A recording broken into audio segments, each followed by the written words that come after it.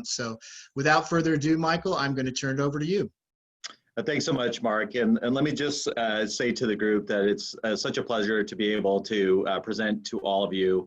We have been doing a number of presentations as a result of all the changes that we're having to do for the upcoming election because of the pandemic. And so, I know that we were supposed to have a scheduled on-site tour as well as presentation of our operations. And unfortunately, that was canceled as a result of the pandemic. But I do hope one day that we will ultimately have all of you here at the Registrar of Voters office to be able to really see the operations in action and all the things that we do to secure, to have a accurate and an election that has utmost integrity along those lines. Let me just also say that I am trying to be as comfortable as possible, and I am wearing some nice Vans as opposed to awful dress shoes as I'm doing this presentation, so I could feel and aspire to all of you who are retired at one day being able to be a county retiree myself. So there is a lot to discuss in my presentation today, and I really want to, if I speak quickly, it's because there's just a lot to provide in terms of information for all of you, and certainly for us with everything that is happening on a national scale. All the discussions around mail balloting, all the discussions around the pandemic, all the discussions about the U.S. Postal Service.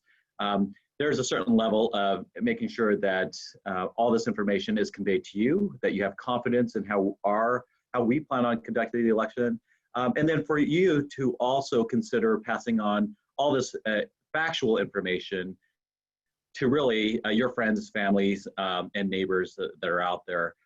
This election and the success of the election is not going to be conducted without everyone's assistance in pulling together to get the correct information.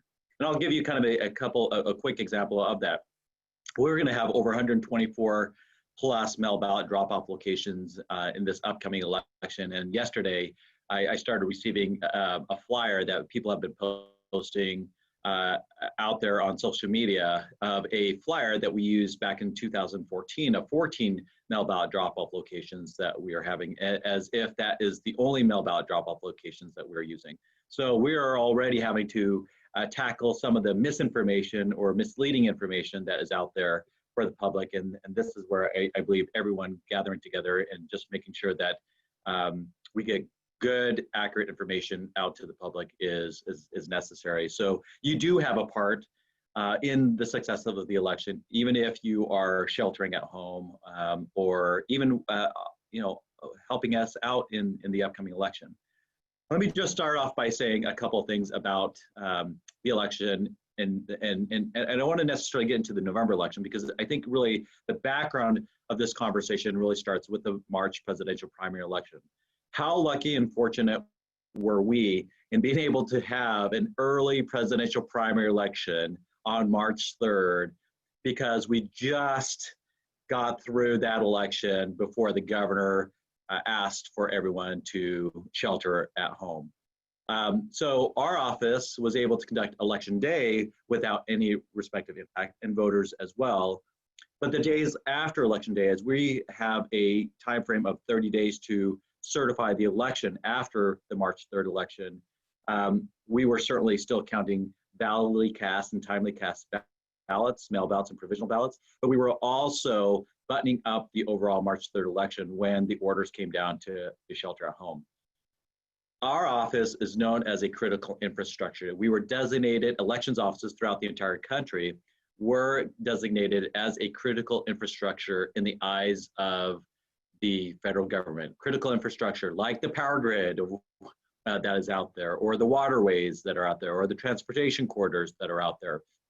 Elections, as a result of the 2016 election, came under and was classified under the category of a critical infrastructure as a essential infrastructure for the country at that point in time. And so as we were conducting the election, although the governor had extended the period of time for us to certify the March 3rd election, we were still here at our office every day, evenings and weekends, as we were moving towards certifying that March 3rd election, and we did it on time without having to get any extension of time. However, our office was impacted, and the reason why is because social distancing was required, 6 feet. How do you pack when we go from a staff of 68 full-time employees and bring on 1,200 seasonal staff members to come and work for our office to conduct an election to the size and magnitude of San Diego County with the 1.8 million, over 1.8 million registered voters, having that many individuals within our operations to finish off an election require, with the orders of social distancing, became a pretty problematic for us when we're, for the most part, packed in like sardines. And so we had to grapple with that and frankly determine who could do this from home or work from home, and which activities were essential for individuals to stay in the operations.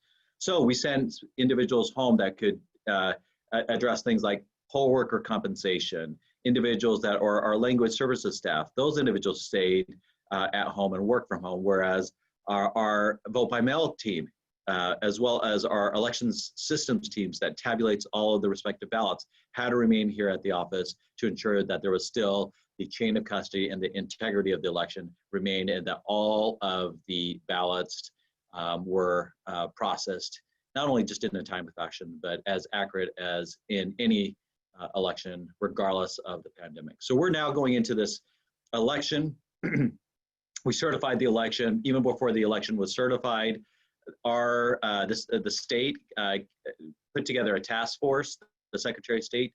I was on that task force with a number of other of my colleagues throughout the state, and a number of advocacy groups and groups from the legislature as well as the governor's office to start thinking about how the November election was going to be conducted.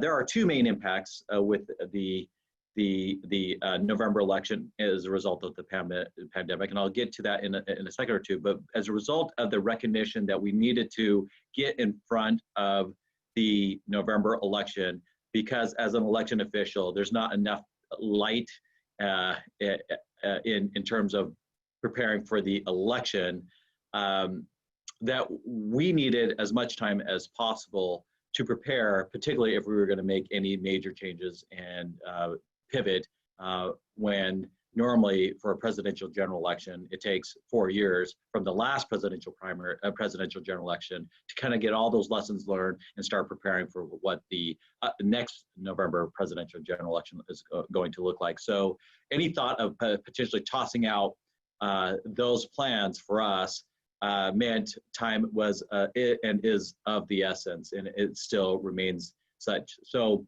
what you're going to hear is something that, in terms of our plans, is something that should be 4 to 6 years, maybe even 8 to 10 years in the making. And here we are doing it in less than 4 to 6 months in the making, and how we're planning on conducting this election. And it has taken some time for us after those discussions in March, April, and May with the state as to how the elections and what legislative options we would have, what orders were going to come down from the governor's office. But ultimately, it took us some time for us to wrap our arms around the options that were going to be allowed, and in details before I could even come and present and talk with all of you, because there's a lot of details associated with conducting elections, and to just toss out years of planning in the making to come to something else needed to take a lot of time. So our office has not had a moment of rest in terms of preparing for this election. We have been going at this things since last year, every day, almost every weekend, evenings, mornings, to prepare with all the respective details. And now you're seeing some of, not just this presentation, but you're seeing some of the plans that we've laid out in, hopefully most of you have received, which is the countywide mailer that we sent out in the last couple of weeks. Okay, so let me get to our goals. As we were managing and really understanding where the state and the governor was going to go with the November election, what options they were going to allow for counties and local elections administrators like myself, we ultimately had to come up with a list of goals. And those goals were effectively how do we balance out everything that we are all about? So integrity, accuracy, security, transparency, which is within our fabric, within who we are as a organization, as a county department, and how do we balance that out with now the pandemic? It's already difficult and stressful and time consuming and overwhelming enough to just think about conducting an election for the entire county, which we are one of the largest in the country. I know that Mark said that we were the third in the state, but we're really the second. And if we think about it from a country level, we're the fifth largest election jurisdiction in the respective country because of our registered voter numbers at nearly approaching 1.85 million registered voters that are out there. So how do we balance that out with the pandemic, knowing that we have to now consider social distancing, physical distancing, all the protective personal equipment internally, externally of our office, and knowing that the state made decisions. And if there was one thing, regardless of where you stand on policymaking, that the state did is they recognized this quickly and they acted decisively on it. And again, regardless of where you stand on whether or not every single registered voter should receive a mail ballot or not receive a mail ballot, and we should do it in a traditional method. For us as election administrators, we needed certainty.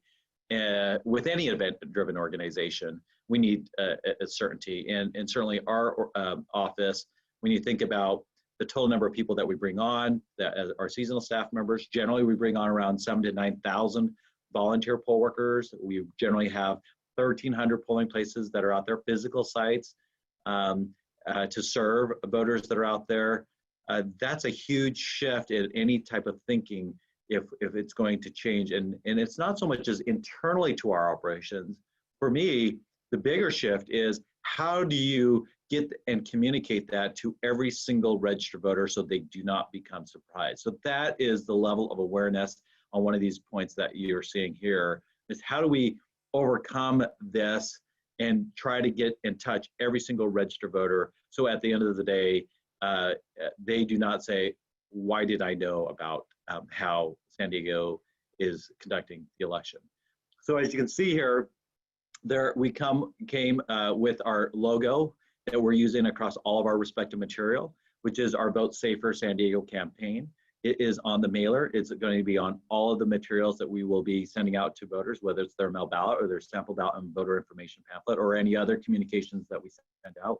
We have certainly had a number of local press. I think one of the great things about our local press that we don't share the media outlets with LA and Orange County and San Bernardino. They have their own media market. We have one of our own. And let me just say that all the respective, whether it's TV, radio, newspaper, have been really supportive of getting the message out there for us in terms of how this election is and is going to be conducted. And certainly there's no lack of a national discussion on a variety of different topics that individuals, these media outlets are seeking comment on from me and the office.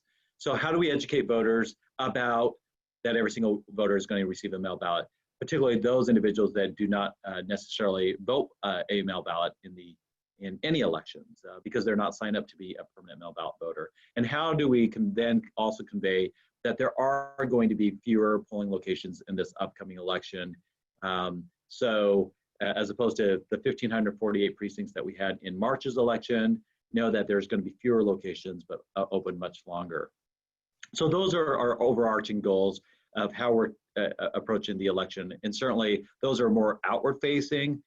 There's a lot of internal management and logistics that really have to be ironed out because we have essentially recreated ourselves overnight in terms of how this election is going to be managed and planned out. So when it comes down to the pandemic, what were those two major impacts to our office that the state recognized, that local elections officials like myself recognized in a traditional neighborhood polling place where you have 9,000 poll workers? Many of those individuals are in this 65 plus age group, which are also considered part of the pandemic, the high risk categories, but also individuals a number of them serve as a poll worker. And then the other aspects of this that was also maybe fortunate from our perspective as an election official is that we didn't have to conduct a presidential primary during a pandemic, and we got to be able, we had the ability to see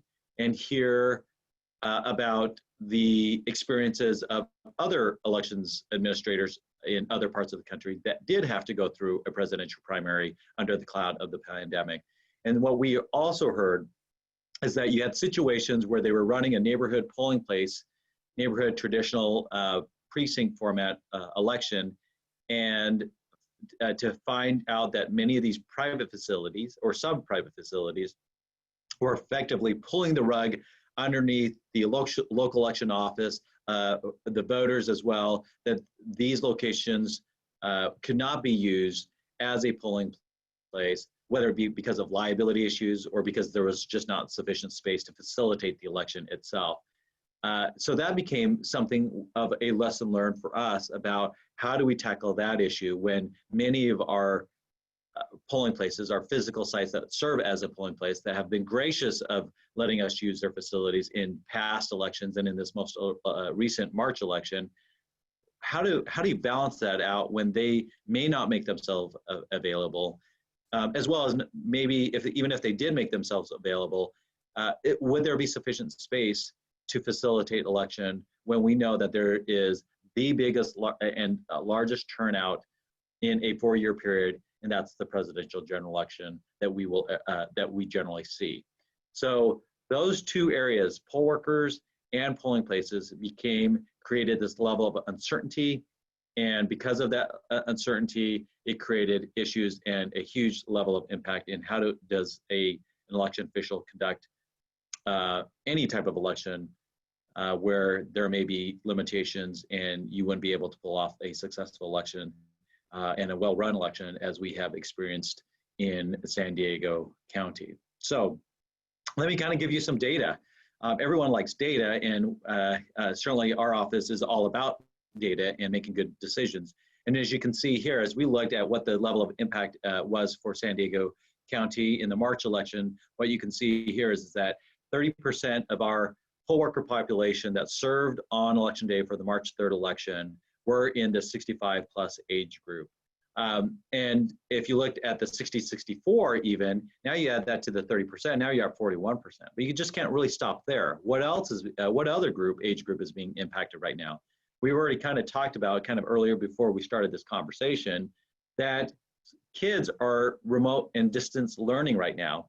Individuals, kids 16 through 18, and even our college population, those individuals have served as in a big population, have served in a poll worker capacity for us in a traditional polling place environment. And as you can see, 20% of those individuals served as a poll worker for our overall set of poll workers that we needed for March's election. So when you start combining these two groups together, you can see that the impact is very high in our ability to even recruit a sufficient number of poll workers that are out there. So these are kind of the background conversations that were happening as we were figuring out, determining what the best approach is for our county, but also on the state-wide level. So let me get to the public as our polling locations that are out there. As you can see, the total number of, out of the 1,548 precincts that we had in the March election, nearly 69% of those precincts reported to a private facility, a pizza parlor, a pet grooming store, a person's neighborhood garage that were out there. Well, many of these locations don't have sufficient space to facilitate an election where physical distancing is going to be required. Also, the certainty of use when many of these locations are asked to close down. Some of these are trying to stay in business, and so therefore they're trying to stay in operation and having outdoor dining going on right now. How do you ask these facilities anymore to participate in election, or that you couldn't ask them to be gracious enough to serve and offer their polling place or their location as a polling location for our office? when there's not enough space and they're trying to do business and stay in business. So our attention then turned towards public facilities. Out of the total number of precincts that are out there, 31% of our precincts were at a public facility. So as we march towards the November election, our sights are really towards certainty of use, confidence of use, and how can we make sure that there's a level of commitment that we can accurately and confidently convey to all of our voters. Because the last thing that we need is chaos and misinformed and individuals that do not know how to interact with our office or with their election system and how to vote and cast their ballot. So as we're looking at public facilities, we are looking at no less than 2,000 square feet in space. Certainly there are other factors that we have to consider in terms of geography. The fact that San Diego County is a mega size, not just in terms of registered voters, but also in terms of geography, that we're over 5,000 square miles in space. The fact that we have unincorporated cities, rural area versus urban areas that are out there. The fact that we have to consider transportation corridors, the diversity of and accessibility, not just from a voters with disabilities perspective, but also the fact that we want to make sure that we're considering population density, transportation corridor, socioeconomic statuses that are out there, and also where people are living throughout this large of a county. All of those factors in terms of how do we map this thing out appropriately to consider all of that, knowing that the pandemic is hurting our traditional way of voting here in our county. And then finally, what I mean by election structure here is in every election, major election, unless it's a standalone election, special election, normally there are multiple versions of the ballot, which we call ballot types. Normally, and what we had anticipated in the last presidential election, we had over 600 different ballot types. This is the fact that we all vote on different types of contests depending on where you live. For example, we most likely we all live in various congressional districts or city council districts or cities. When you combine all those different layers and political jurisdictions on top of one another, it creates different pockets. We all vote for president, we all vote for our countywide offices, we all vote for statewide offices, but we don't necessarily vote for all these special districts or school districts or city council individuals or city offices that are out there. That's what I mean by ballot types. And normally we have a high number of them because our county is very complex. In our county, we managed over 430 political districts. Many of the schools, many of the cities are turning towards a district form of government. That is, they're creating city council districts as opposed, like the city of San Diego, as opposed to candidates that would run at large within their jurisdiction. Now they're carving them up and creating a lot more boundary lines. Well, in this upcoming election, at last count, and we're still moving towards finalizing it, we were at over 800 ballot types in this upcoming election. So many more than what we had in the past because of this carving out of the county in terms of the various political jurisdictions moving towards a more district form of government, a more representative, one would argue, form of government within their respective governing bodies. So that's what I mean by ballot types, and that it has a huge component of how we lay out how precincts need to be consolidated and how we then ultimately assign polling places throughout the entire county. Okay. What occurred? Well, you have two executive orders that the governor issued. One that relates to mail balloting, that every single active registered voter within our county will receive a mail ballot. And the second executive order was addressing any questions about polling places for the upcoming election or in-person voting for the upcoming election. As you can see here on this slide, is that the governor providing an additional option for election officials to select from. There was already two existing statutes. One is the traditional method of having neighborhood polling places, and the second one, which is known as the Voters' Choice Act, which is kind of this and you send everyone a mail ballot, and if you don't want to vote your mail ballot, you can go to any respective location throughout the entire county to vote your mail ballot, because there's levels of technology. So if you will, I always call it a free-for-all system, that because anyone can go to any respective polling place to vote their specific type of ballot. To address any concerns and potential litigation over the governor's executive orders, you had two bills, Senate Bill 423 as well as Assembly Bill 860, that essentially memorialized the governor's executive order, as well as provide details to us as elections officials of how, as well as provided other additional options and to address concerns of the public, to address concerns about how this election was going to be conducted. And I'll go through that in a level of detail here. As you can see, beyond just this additional option, one of the other requirements, because everyone is receiving a mail ballot, is that local elections officials needed to adopt a tracking system where a voter could sign up free of charge and get push notifications. For us and the Secretary of State's is actually, we hopped onto the Secretary of State system, and it's called Where's My Ballot?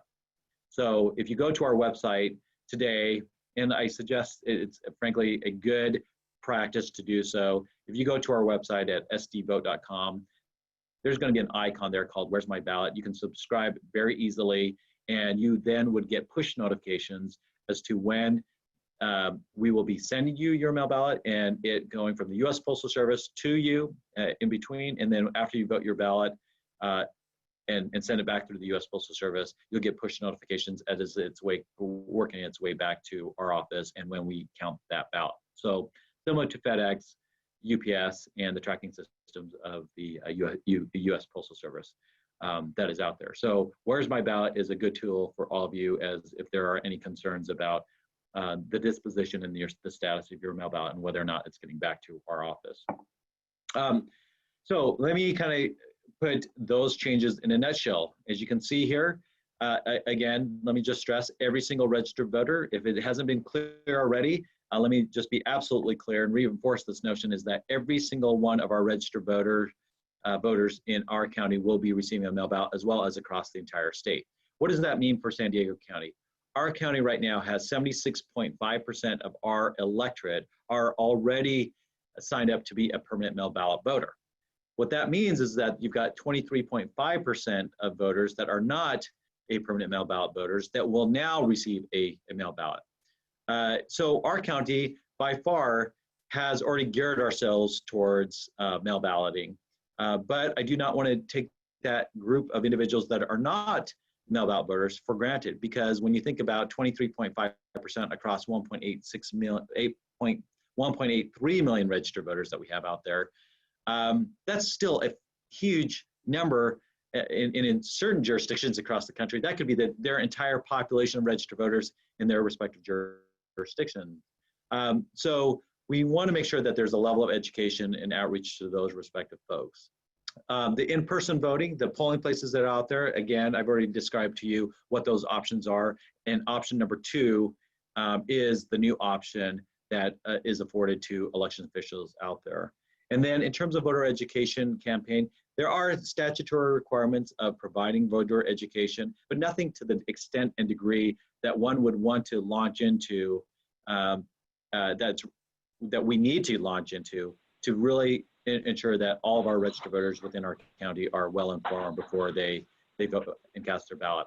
This is what you're seeing from the March election, and I want to show you how that's changing in terms of our November election. So the March election kind of gives you kind of the metrics of what we did for the March election in a very concise nutshell. If you look at the November modeling, though, you can see how the changes are and what we're planning for is in comparison to the March election. Again, the majority of all voters received a mail ballot in March. In this case, 100% of voters will receive a mail ballot in the November election. Traditional polling places, whereas we had 1,548 polling places in precincts, actually, in the March election, we are planning on having 235 what we're calling super polls locations throughout the entire county. As opposed to in March, where it runs for 1 day, in the November election, we're required to have these locations open for 4 days. So there is a kind of a I wouldn't say, although there are fewer locations, they're going to be running 4 times as long in comparison to what they run on election day and on election day only. And then this notion of tackling this private polling places as well as public polling places, our full focus right now is to really look at public facilities because they're well-known locations, they're strategic locations, and provide sufficient space for us to facilitate the overall election as well. Now, there's been a lot of concerns about the U.S. Postal Service.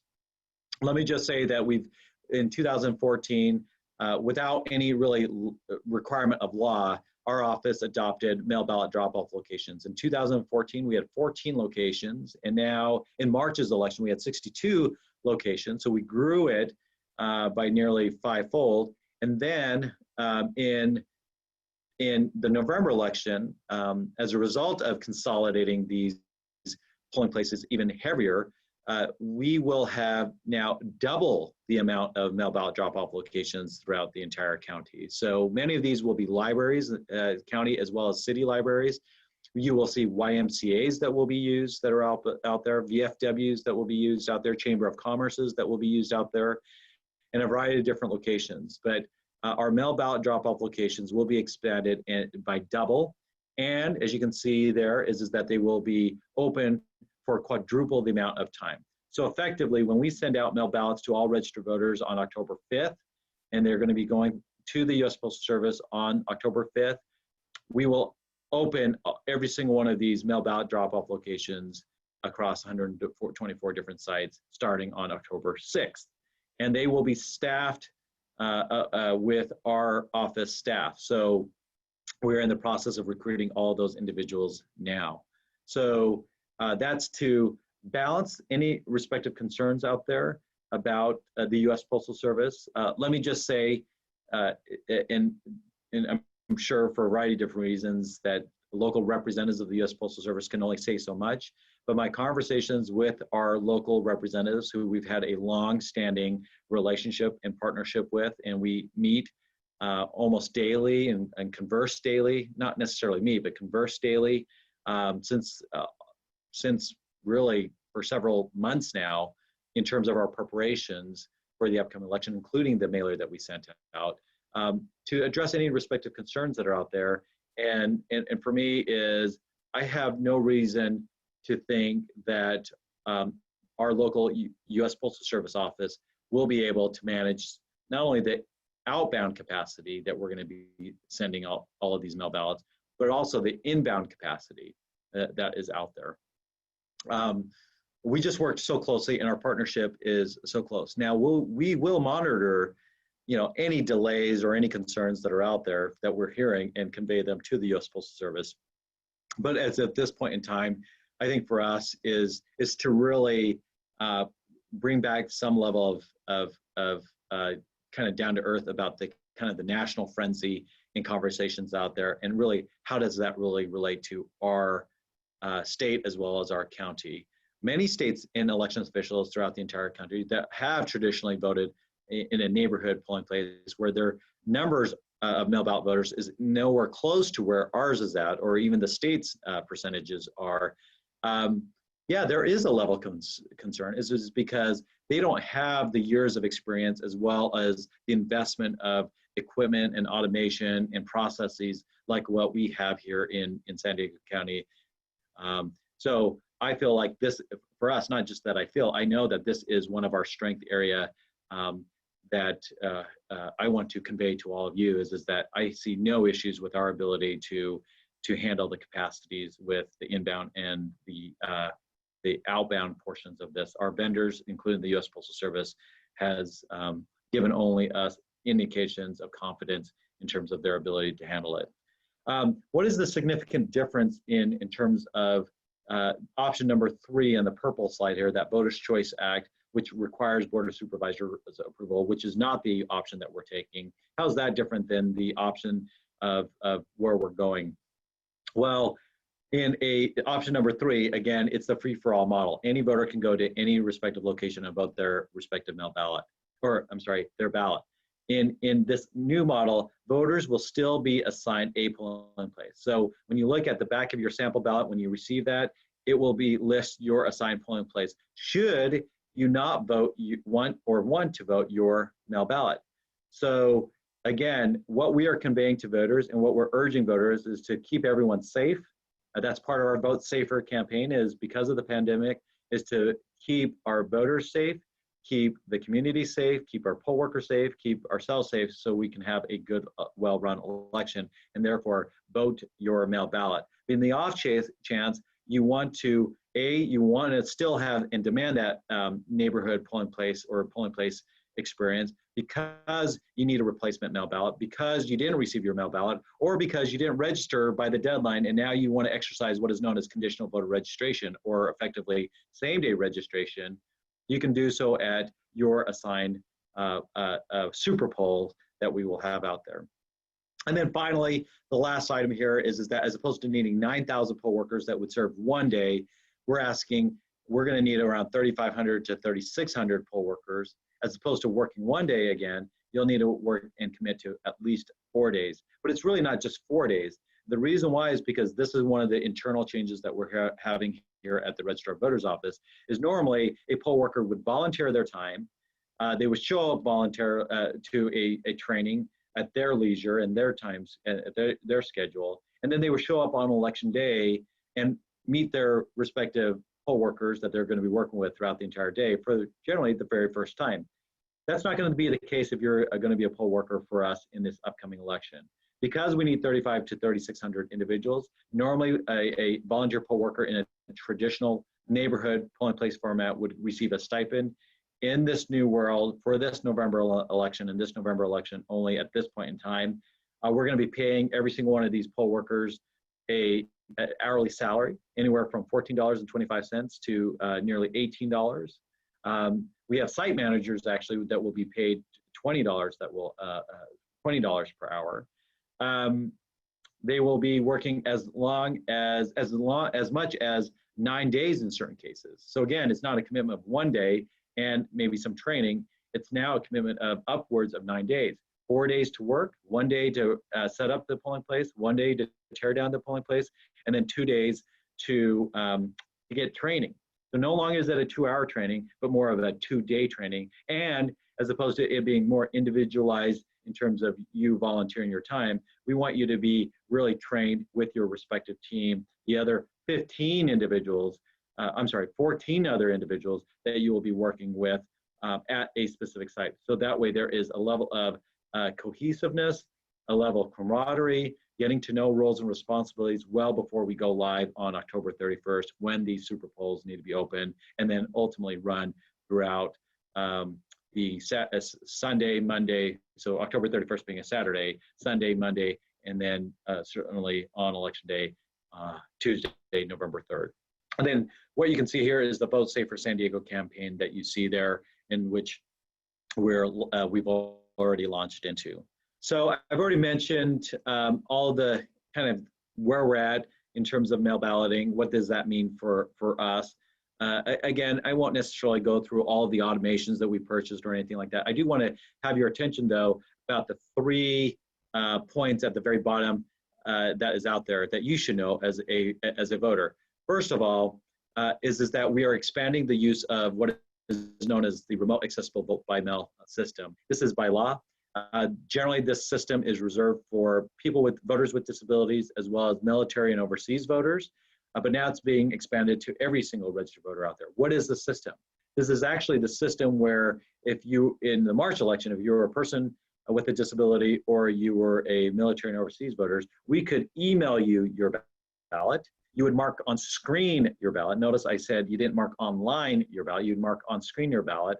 And then you would print out that voted ballot, put it in the mail stream, and then send it back to our office. Sign all the respective documentation, of course, with it.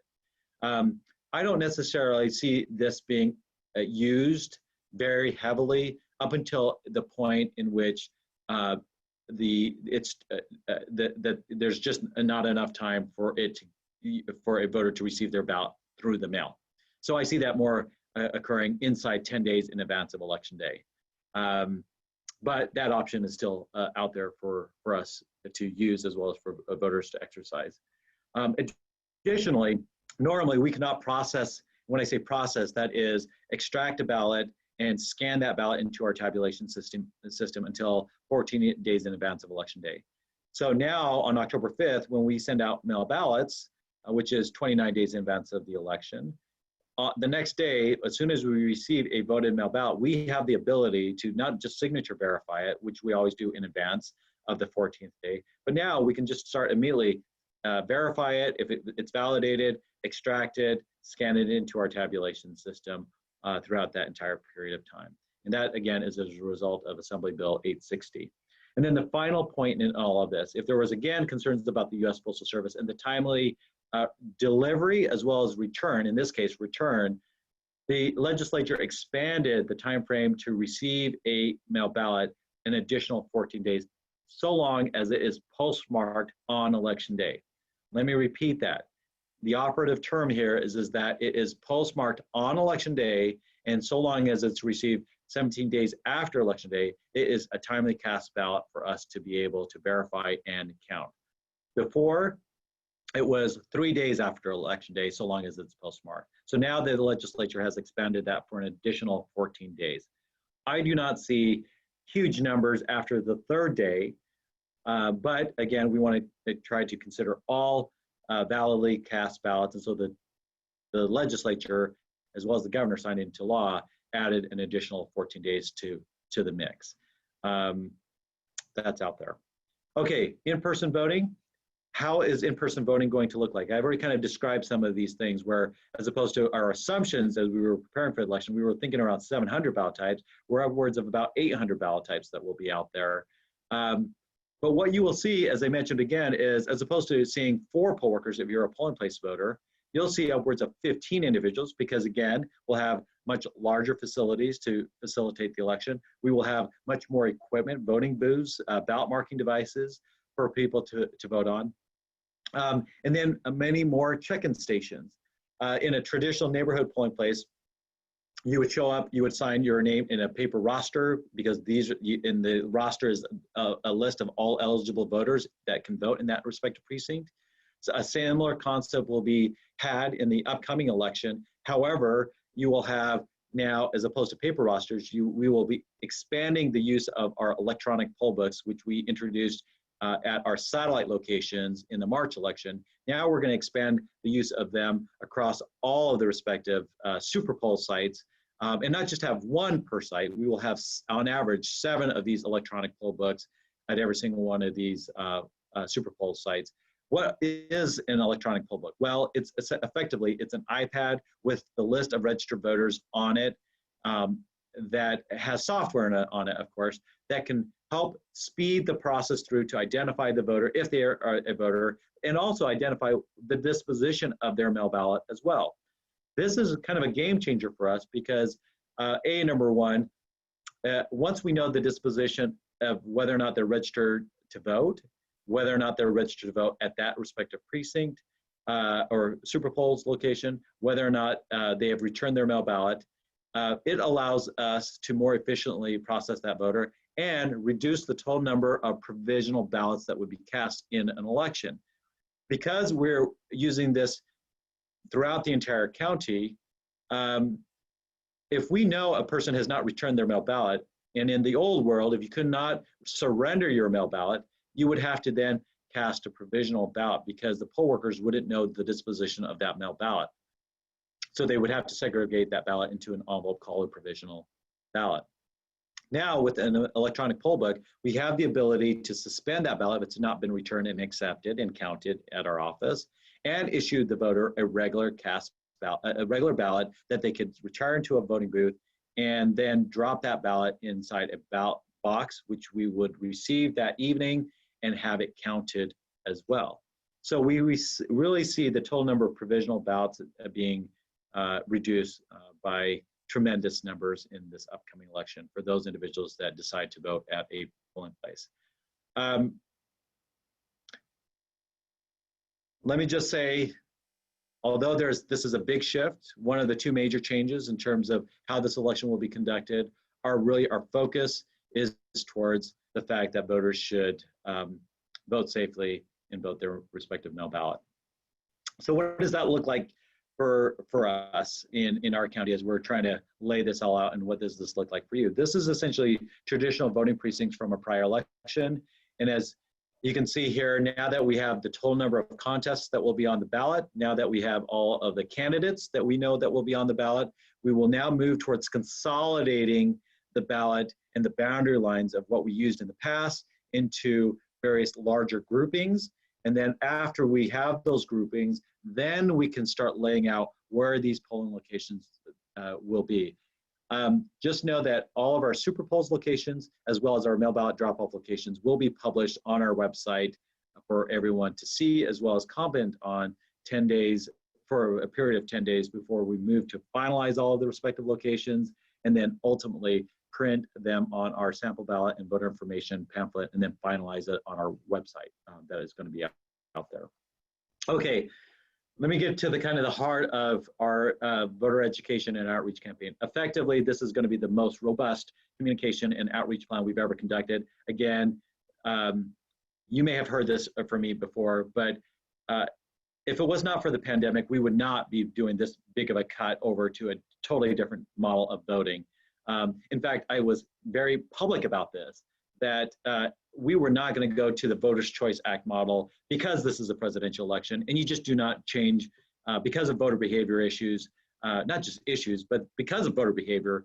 The fact of changing that dynamic on a voter creates this enormous amount of uncertainty about how to facilitate the election, as well as how voters will interact with that new system, or potentially not be know about how the election is going to be conducted. Well, we're having to go down this path, not necessarily down the Voters' Choice Act model path, but the fact that we're having to launch into this very robust effort to get all voters informed. So we've done through things like the countywide mailer, which you can see here, which we've sent out 90 days before. For those of you who have not received it, this is what it looks like. It's a primer of the changes that voters should expect in the election. We ask people to learn about how this election is going to be conducted, the fact that there will be fewer polling places, but there will be polling places should you want to choose or need to choose these respective locations. The fact that acting in a safer manner to keep everyone safe, to stop the spread of the virus that is out there. And then to verify, this is probably the most important piece of information that we're asking voters to do right now, is that we've pre-printed on the mailer their residence address as well as their mailing address, and asking voters to confirm this information before we mail them their ballot. And if it's incorrect, to update that information and get it to us immediately, so that way when we send out and this data of voter registration information to our mailing house, they can print the ballot to the correct residence address. Because if we have old information from the voter, then we're going to send that mail ballot to that respective location. And so we want to get it right the first time. We do not want to have voters have a delay in them receiving their mail ballot because they haven't updated their information with our office. So this is the information, the message that we're sending right now. And then ultimately, over the life of this election, we'll roll out other types of messages about things like in-person options, focusing on mail ballot drop-off locations when we send out the mail ballots that are out there, as well as what's also part of the mailer for many voters out there, not necessarily everyone, is this also attachment, which is to consider receiving your sample ballot and voter information pamphlet electronically. It's a contactless way of getting your information. It's a more quicker way of receiving your pamphlet than having to wait receiving it through the snail mail. And the fact is, it's of course environmental friendly. You can print out just specifically that portion of what you want to see and mark potentially your sample ballot before you receive your mail ballot that's out there. So we're asking and doing a big push in this area as well. So that happens 90 days before, starting on September 24th. So that's 40 days before the election. This is what you're going to start seeing in your mail as well. If you haven't signed up to receive your pamphlet electronically, what you will receive is a pamphlet for all registered voters that are out there. That again is your sample ballot and voter information pamphlet with all the contents that you're eligible to vote on, as well as information related to the election. As you can see here, again, we're reinforcing and stressing the need to keep everyone safe and to vote your mail ballot, and that they will be receiving a mail ballot.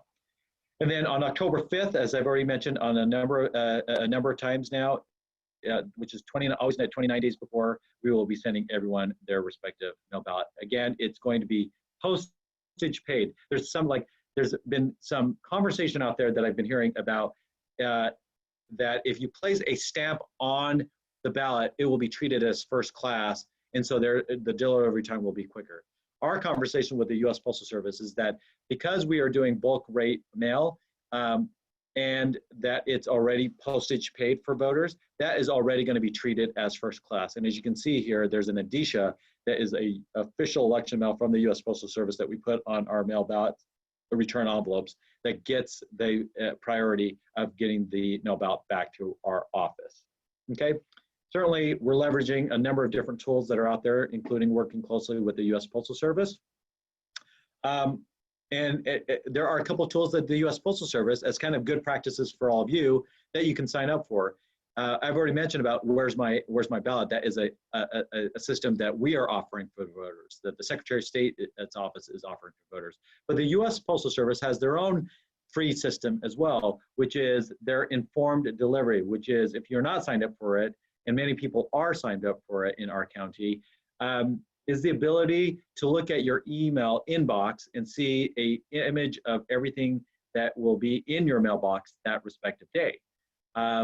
It's for me is I don't necessarily go to my mailbox every day because I now look at my email and I can see every piece of mail that I've received, and it's something that I'm tracking when it comes down to, particularly for me, I probably have a heightened awareness of keeping an eye out for my mail ballot as well as my sample ballot and voter information pamphlet. So very close coordination with the U.S. Postal Service. Our message to voters is the fact that there are over 2,000 plus blue boxes of the U.S. Postal Service out there. Use it. It's a good way of getting your mail ballot back to us, of which you can also now track with Where's My Ballot. This conversation that's happening on a national level, I'm not hearing it on the local level. I'm not even hearing it on the state level, even with my conversations with the Secretary of State's office around the viability and this notion about potential timeliness of the U.S. Postal Service because of sorting machines being taken out of commission, or individuals not being able to work overtime to be able to return a ballot. I just am not hearing that on our side. Again, as I mentioned before, this is something that we'll continue monitoring, and as well as getting feedback from voters. Because if there's one thing I know is that voters will contact our office if there is an issue of any type of nature of getting their mail ballot or receiving any type of election material from our office. Certainly, the ability to track that mail ballot is based off of this this barcode called an intelligent mail barcode that we will be placing on every single envelope that's out there. It's the only thing that it's tracking is it's tracking you, because every voter has a voter ID number. That's effectively you, and as we're trying to track the ballot to and from the U.S. Postal Service. I've already mentioned, here's the logo of what Where's My Ballot looks like. Okay. Key dates. I'm not going to necessarily go through all the respective key dates because I've gone through many of them already there, but just know if you're planning on going to a polling place, all of the 235 super poll sites will be open on October 31st, Halloween. Good, easy day to remember, and then run through until 8 p.m. on election day. And then we have a 30-day period to certify the election, which that deadline will be December 1st for us. Okay, I've already mentioned this. This is my last slide. I know I've been giving you a lot of information that's out there, talking and describing everything that we're having of how we're planning on this election. There is a part for you to in all of this. This is your call to action here. It is to spread this information, to convey this information, to call bunk when bunk needs to be called if there's misinformation that's out there by using the information that I've given to you. Let me just also say about the mail ballots, because there's concerns about people, and there's this notion of ballot harvesting out there. I generally call it ballot collection and ballot return, because it's less the ballot harvesting just is kind of a pejorative term. Somehow there's something wrong about that. There's nothing wrong about collecting a mail ballot and returning it on behalf of another voter, so long as there's no ill intent of getting it back to our office or doing something with that mail ballot. But if there, in the off chance that there is, part of the Vote Safer campaign is for voters to understand what are the good practices that are out there. So every voter should mark their ballot clearly. After marking their mail ballot is to sign it, seal it in the return envelope that we've provided to them, and then return it to a trusted source. And a trusted source is the U.S. Postal Service.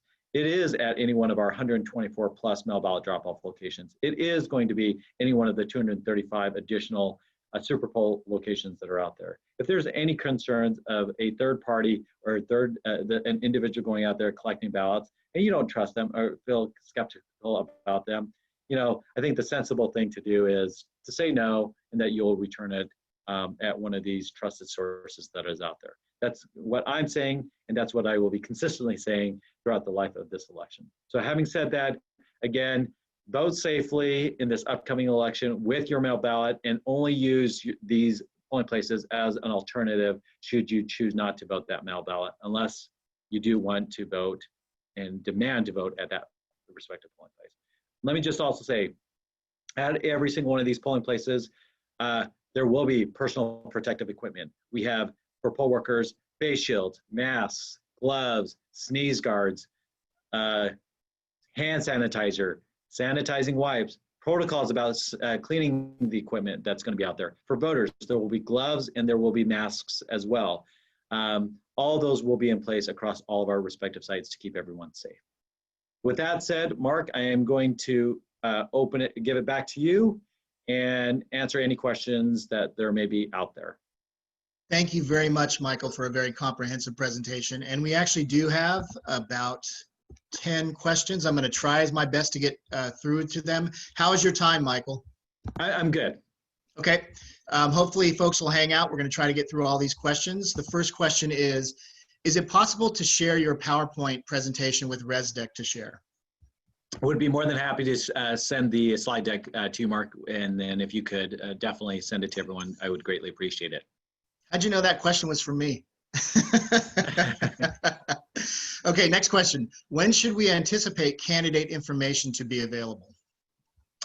So candidate information is, again, the sample ballot and voter information pamphlet will be sent out, which has candidate statements in it, will be sent out starting on September 24th. We will also be posting this information on our website as well. So you could wait for your sample ballot pamphlet. If you're signed up to receive your pamphlet electronically, you'll be one of the first to receive it. So we'll send those around September 24th. So you should look in your inbox if you signed up electronically.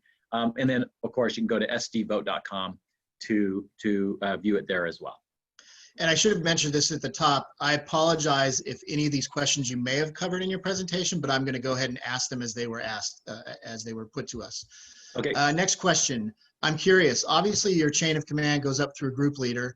Do you also report directly to a state elections official? I do not. Who I respond to is the board, as well as the CAO, who all of you know is Helen Robbins-Meyer. The Secretary of State provides guidance, but each local election official runs its own elections, and I'm appointed in certain cases. In other parts of the state, the election official is actually an elected person, generally a county clerk. So in our county, no, my position is appointed. So I directly report to Helen, who is our CAO, and the board. Great, thank you. Many voters have not voted at home before. What are you doing to ensure they will produce ballots that can be counted? The devil is always in the details. Does time permit test marketing or using focus groups? So time is of the essence. We're 77 days away from the election. So happy E-77 is what we call it.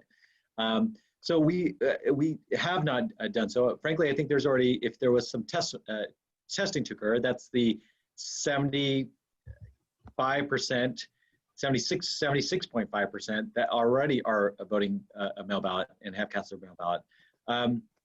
I would say when it comes down to countable ballots, again, we are sending these voters a ballot that we've already tested. We have to run a series of testing protocols before we tabulate any live voted ballots. It's called a logic and accuracy test.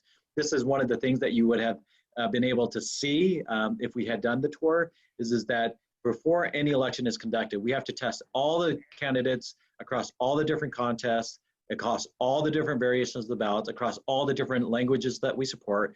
And so when I talk about the 800 ballot types, that's in one language. We have to multiply that by 5 because we support 4 additional languages other than English.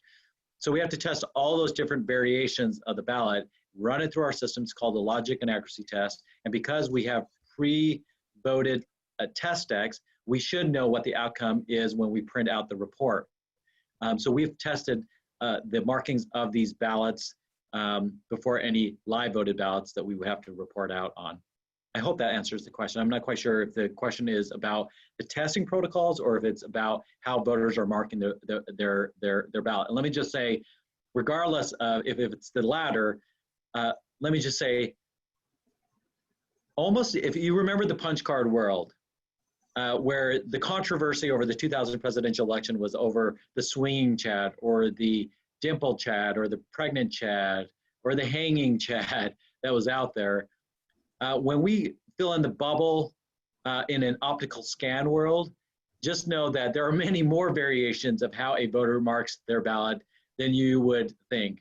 We have people that don't fill in the bubble, but they X the bubble. They put a little dot in the bubble. They circle around the bubble. They write in, don't even fill out, but they circle around the person's name as opposed to filling in the bubble.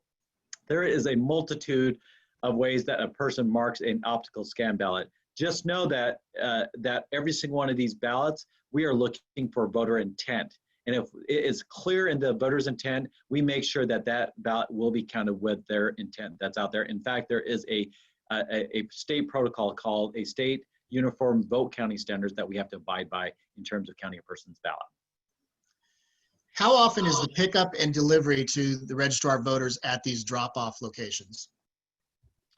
So generally we are picking up these ballots daily. Of course, now we're expanding to 124, particularly in remote sites. We're going to pick up daily. We might not hit every single one of the respective sites on a daily basis, but we will be picking up daily. And in certain cases, part of the protocols is at every single one of these locations, there has to be a specific location that any ballots that are going to be stored overnight there is a secure place to do so. Just also know as well is that these ballot boxes have, tamper evident seals as well as locks for us to be able to maintain the integrity of that those ballots as well. But for the most part, we're picking up daily. This is a comment from a prior poll worker and a question. Will you be hiring previous poll workers for presidential election 2020? I would like to be part of the list for the presidential election in November, and maybe you could speak to how they could connect with you on that. We are, and we're actively recruiting poll workers right now. So long as the individual knows that it's upward of a 9-day commitment. You can go to sdvote.com and there is a tab up there. It's called volunteer, and you can go there and see the website that we have that we frankly had to change and amend, and then apply as a poll worker for our respective office. So we would greatly appreciate you reaching out by that method to sign up. Now, there is a lot of interest in this upcoming election.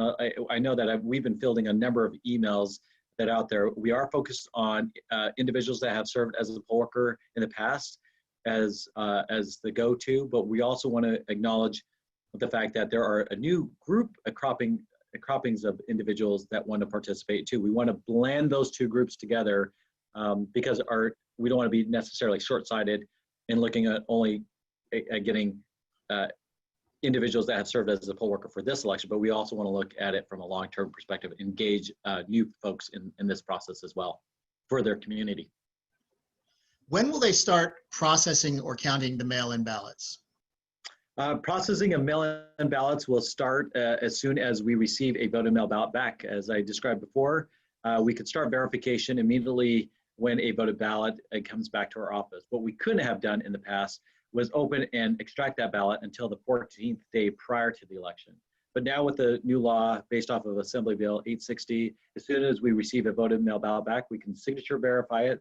Once we validate it, we can extract the ballot and then scan it into our tabulation system. Of course, what we cannot do is release any of those results. We don't even know those results until when the polls close at 8 p.m. on election day. Oh, great.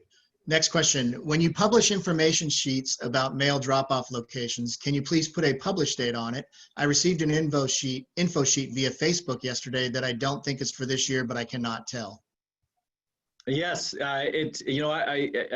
have our social media folks on this very topic because I've seen them, and it's been passed through our office too. Is that I've seen two. One is a list that of what we used during our 2014 gubernatorial general election, which we had 14 during that time frame. In fact, we talked about it right before the actual presentation, where someone received that and posted that information. That is incorrect information. Our list of our mail ballot drop-off locations, because we have to publicly notice the list, will be published at the end of this month. Every voter, mail ballot voter, will receive that list. Actually, we'll have a website of the listing, but what we will pre-print is their three closest mail ballot drop-off locations in their mail ballot packet. And we are tackling issues like what that individual just mentioned about an old list. And so, yes, we do. In fact, the other one that I saw clearly says it's based off of the November 6th, 2018 election, but somehow that information is getting cut off and people are seeing that as being this upcoming election. So we're trying to combat some of the misleading or misinformation that is out there. My husband would like to know why, when he needed to change his mailing address, he had to fully re-register. It's part of the law. Bottom line is because for us to effectively update your information, you need to re-register to vote. There is a law, a new law, it's called, that was just passed this year, where a voter now has the ability to update their residence address or their mailing address by simply filling out a form. That is closer to inside 14 days in advance of election day, however. So at this point in time, a person does need to re-register to vote to update it, whether it's their residence address, their mailing address, and even if there's a name change or their political party, they should be re-registering to vote. Is it and that latter part, the political party, again, has no bearing on this upcoming November's election. It does have everything to do about a presidential primary election because that's a party primary election and the parties dictate that type of election. But in this upcoming election, your party does not matter. Okay. Is it possible to pick up a mail ballot prior to the October 5th mailing date? No. No. October 5th is when in-office voting will occur. That's when we'll open up where you can get it. Now, if you're a military and overseas voter, by federal statute, we have to, if you're a military and overseas voter that's deployed, we are legally obligated to send you your mail ballot, whether it's by fax, email, or snail mail, U.S. Postal Service, to you 45 days in advance of election if we have that application in hand. Actually, it doesn't even require an application for the upcoming election. So any military and overseas voter, because of the governor's executive order, because of federal law called the Military and Overseas Voter Empowerment Act, we're supposed to send you your ballot 45 days in advance of election, but that's only for that specific group of individuals. What is the spoilage rate of ballots in San Diego County? I'm not quite sure what that spoilage rate is. It's not very high, but I couldn't tell you what the spoilage rate is at this point in time. It's probably small enough to the point where it's just a metric that we do can keep track. I just don't have it right off the top of my head, and maybe I can get back with you, Mark, on that respective question. Sure. You mentioned signature verification. What are the signatures compared to like a driver's license? Is the verification automated or manual? So the signature verification process is a little bit of both. It's automated as well as manual. We are looking at multiple signatures than just one. Should a signature get challenged, and it's multiple layers and elevations of verification too. So we don't necessarily take the first look at a mail ballot signature and if we deem it as a mismatch or miscompare signature, that means it's not going to be counted. If it is challenged because it does not compare, then we will elevate that signature, that envelope, to higher levels of individuals that have more experience, that may have more documents that they could access to view a person's signature. Certainly, one of the questions that we receive quite often is, hey, I registered 40 years ago.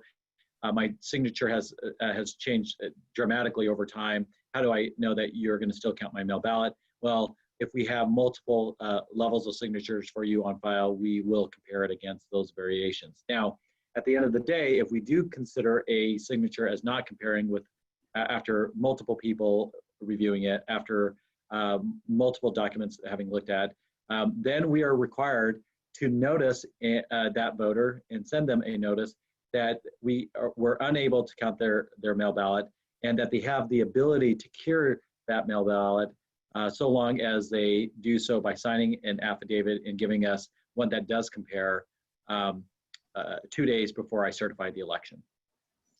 Two-part question here. If someone did not receive the address confirmation request, or they misplaced it or ignored it, will they not be able to vote by mail? Will they still get sample ballot to vote at the polls? Yes, so you will get, the answer to that question is if you did not get our mailer, I have one right here. I actually showed it to you on, if you don't have the mailer in hand, or you misplaced it or you've lost it, you can still verify what we have on file with our office by going to sdvote.com. There is a voter portal there. You put your house number, you put your date of birth, and you put your zip code in there, and your profile should come up. If not, you can also contact our office to validate what we have on file for you. And if it is different, then certainly update by re-registering to vote at sdvote.com as well. You will still, if you don't, you'll still be eligible to vote in the upcoming election. So the question is, if your information is different, perhaps we will not be sending you your mail ballot to the right location. As I say that, let me just also talk with you about the security of mail ballots. Every single one of these mail ballots are tracked. As I mentioned earlier, we have the ability to suspend a mail ballot and reissue another mail ballot. So in the case where a person did not update their address, and now we've sent a mailing a ballot to a address that they no longer live at, when they contact our office and they inform us that they no longer live there and they re-register to vote, or they re-register to vote and we see that they've re-registered to vote at a different address than the address that we've sent them their mail ballot, we will move towards suspending that mail ballot and reissue them a new ballot to their new respective location. When will results start being released, and how long do you anticipate reporting of results will last for this election? 8:01 is always when the polls close. Shortly after 8 o'clock, we will send out the results of the first set of results. What will change is normally the first set of results are your mail ballots, and that will be a big number. However, as I've described already and conveyed, is that we have now 235 super polls that will be open starting on October 31st. There will be a blend of polling place ballots that will be found in that first report. Throughout the entire night, we will be reporting out in respective intervals. It might be a lull because depending on how large the crowds are at the super poll sites will dictate whether or not these polling places can close down. So long as voters are standing in line, that polling place cannot close down until everyone has been served, so long as they've been in line at 8 p.m.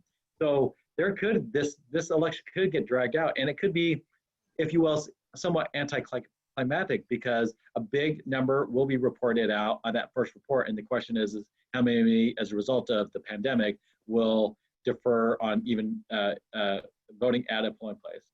So the numbers may be low than they have been in the past. If we looked at the last gubernatorial general election in 2018, 33% of the votes that we reported out at 8 p.m., shortly after 8 p.m. when the polls closed, were the mail ballot votes. During the life of the election, 24% was reported out on election night, and the remaining, so I think it was like 38% or somewhere on there, whatever the difference between 33 and 24% is, so I think that's 37, was reported post-election day. So maybe I would gather that if there are any close contests, and let me just say an election official's prayer is, Lord, let the winner win big, is to kind of watch to see if there's any close contests post-election day, and to kind of see how we are processing and counting ballots that are turned in a timely fashion of those mail ballots that are cast, and see if any of those races tighten up or even flip. So in the interest of Michael's time, I have 3 remaining questions, so please don't submit any more questions, and we're going to tie it up here. So will there be a virtual election central for this election? As you know, our election central will be tweets, and will be our office, and all the media that will be here at our office reporting out with all their respective masks and gloves and everything else that we're going to require them to have. But as many of you know, or don't know, because we haven't really stated it publicly, but we will not be having Election Central this election. It's unfortunate that we won't, but how could we, and this is a Golden Hall, or Election Central is hosted by our office. How could we really talk about slowing down the spread, and then then move towards facilitating an event like Election Central, where hundreds of people would gather inside a space, as well as all the respective media. So that won't be happening in this upcoming election. We'll find other ways to show the result, how elections and report out is going to occur. I assume that I'll be doing a lot of Zooms like this as amongst all of the various news channels report out their election results and have their own mini election centrals at wherever they're going to be located at. The 2004 election in Ohio was about uncounted ballots and the change between existing poll numbers at night and a reversal the following morning. What have you learned from that experience in Cuyahoga County? Let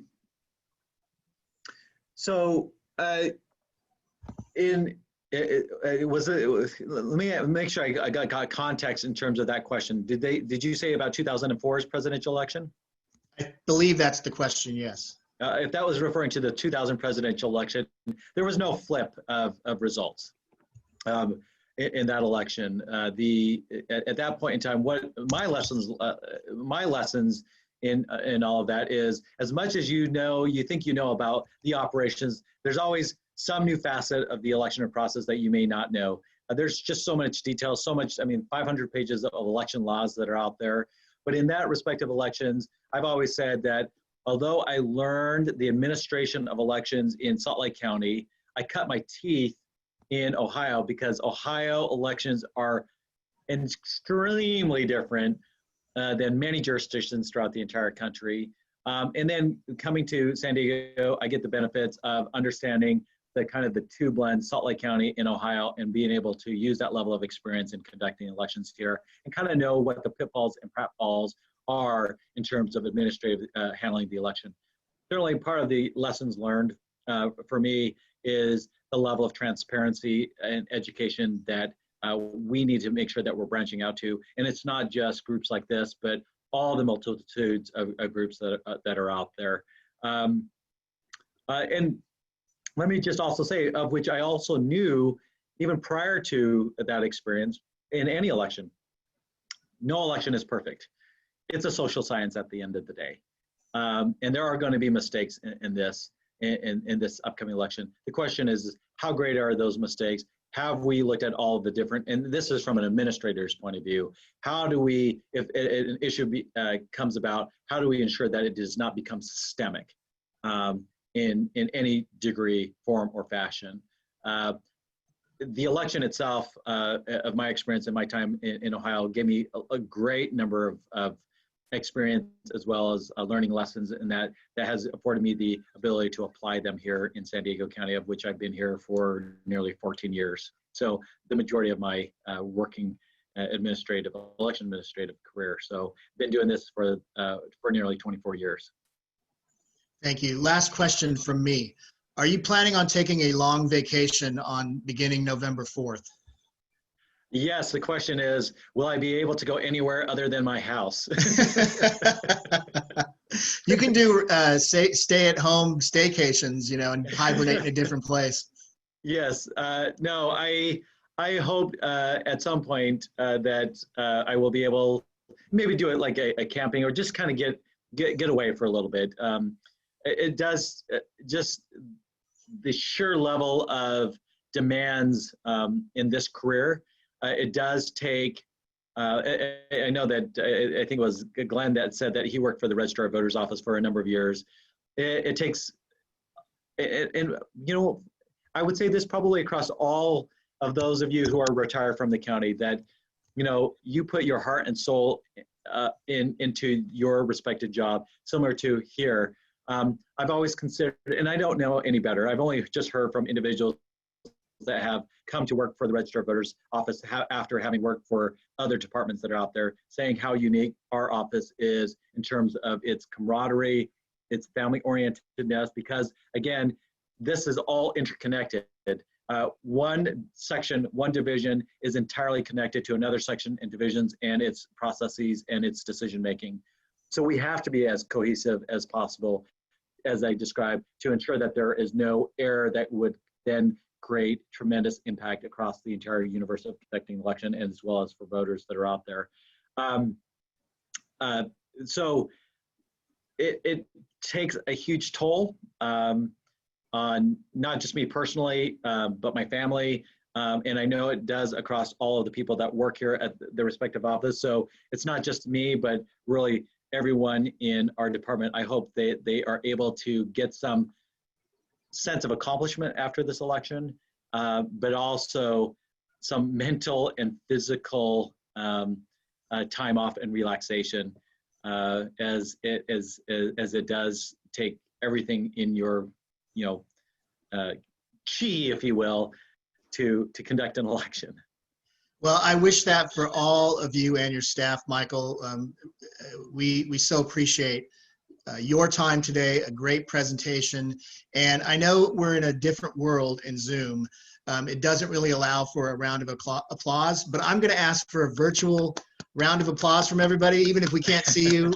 Michael, you were outstanding in terms of your presentation and the information that you've shared. And lastly, I'll just remind everybody, we will be posting this on the new RESDC YouTube channel, which we envision launching somewhere around the end of this month or early September. So stay tuned for more information on that, RESDC members. And thank all of you as well for your attendance today and joining us on this outstanding presentation. And I will end the meeting now and thank Michael once again, and good luck going forward. Thank you so much.